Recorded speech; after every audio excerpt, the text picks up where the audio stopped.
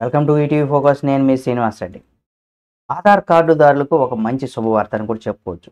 అలాగే ఒక చెడ్డ వార్త కూడా. అది నవంబర్ 1 నుంచి వచ్చే కొత్త నియమాలు ఏంటి? ఆధార్ కార్డు ఉన్నవారికి ఎటువంటి ప్రయోజనాలున్నాయి? ఎటువంటి ఇబ్బందులున్నాయనేది కూడా ఈ వీడియోలో మనం తెలుసుకుందాం.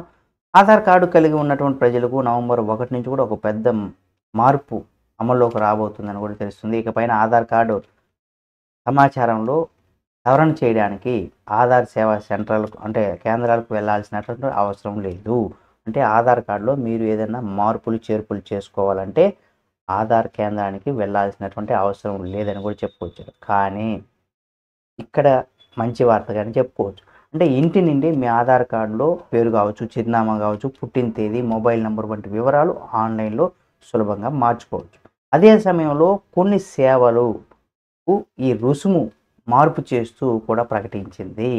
అంటే భారతదేశంలో అందరికీ ఇవ్వబడేటువంటి ఆధార్ కార్డ్ అనేది ప్రత్యేకంగా 12 అంకెల గుర్తింపు సంఖ్య కలిగినటువంటి కార్డ్ అని కూడా మనం చెప్పుకోవచ్చు.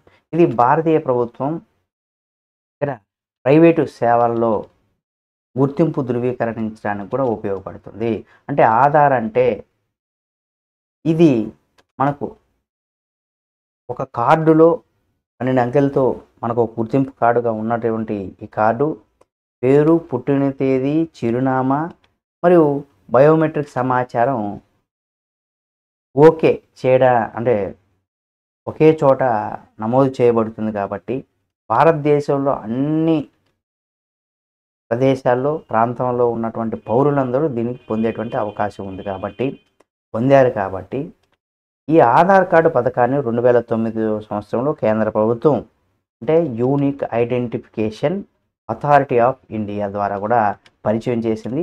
ప్రజలు తమకు అవసరమైన ప్రభుత్వ సేవలను సులభంగా పొందడానికి ఇది పరిగణించబడే విధంగా చేసిందనమాట. అయితే ప్రస్తుతం ఆధార్ కార్డు వివిధ ముఖ్యమైనటువంటి సేవల్లో తప్పనిసరిగా ఉపయోగిస్తున్నారు. ఇందులో బ్యాంకింగ్, పాస్పోర్టు, కేంద్ర మరియు రాష్ట్ర ప్రభుత్వాల సంక్షేమ పథకాలకు సంబంధించి మొబైల్ సిమ్ము నమోదుకు సంబంధించి డబ్బు లావాదేవీలు మరియు గుర్తింపు, ఫోటో గుర్తింపు వంటి వాటికి కూడా ఉపయోగిస్తున్నారు.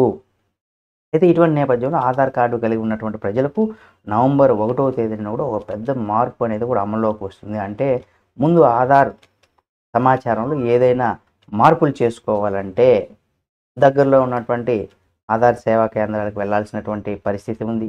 ఇదే సమయం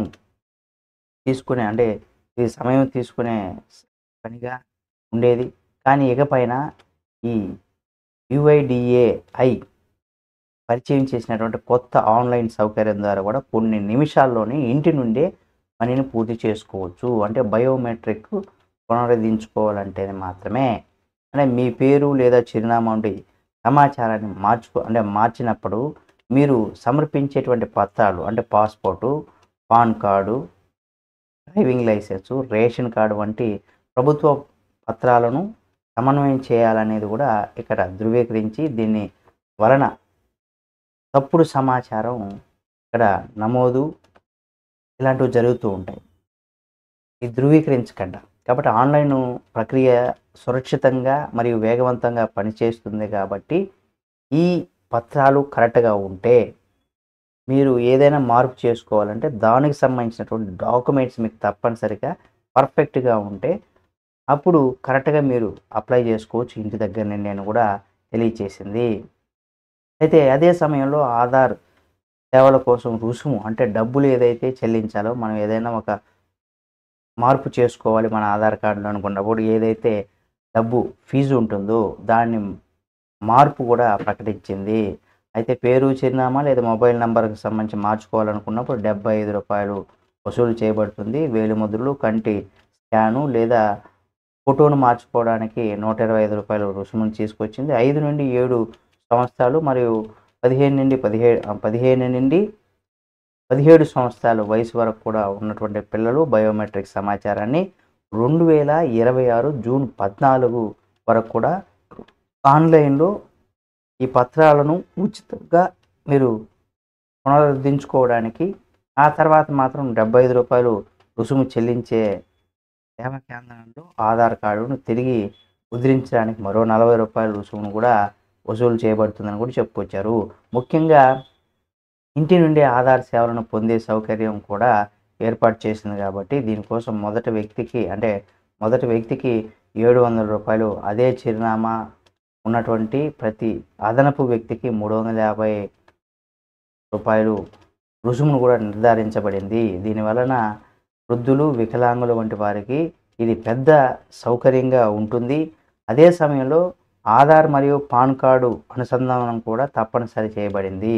డిసెంబర్ 31 లోపు ఈ పాన్ కార్డు కలిగి ఉన్నటువంటి వారు తమ ఆధార్ సంఖ్యలతో అనుసంధానించకపోతే జనవరి 2026 నుంచి కూడా వారు పాన్ కార్డు నిలిచిపోతుందని, దీనివలన పన్ను మరియు బ్యాంకింగ్ సేవలకు సంబంధిత పనులు కూడా దాన్ని ఉపయోగించలేరని కూడా చెప్పుకొచ్చింది.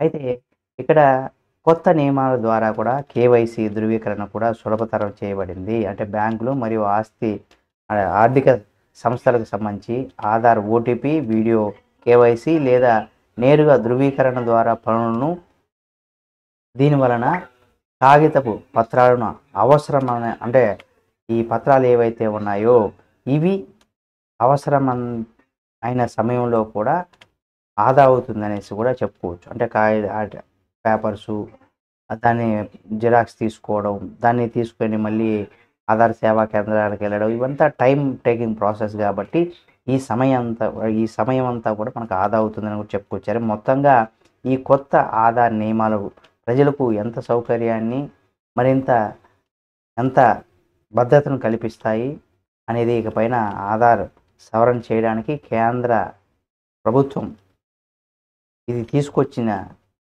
సందర్భంగా కొన్ని నిమిషాల్లోనే మనం ఏదైనా మార్పులు చేసుకోవాలనుకుంటే ఆధార్ కార్డు ఇంటి నుండే ఆన్లైన్లో సులభంగా పూర్తి చేసుకోవచ్చు. కాబట్టి ఇది ఎంతవరకు కరెక్టు అనేది కూడా మీరు మీ యొక్క అభిప్రాయాన్ని కామెంట్ రూపంలో తెలియజేయండి. ఇలాంటి మరిన్ని వీడియోని ఎప్పటికప్పుడు మీ ముందు తీసుకొస్తుంది మన ఈటీవీ ఫోకస్. కాబట్టి సబ్స్క్రైబ్ చేసుకొని పక్కనే ఉన్న బెల్ బటన్ నొక్కడం మాత్రం మర్చిపోకండి.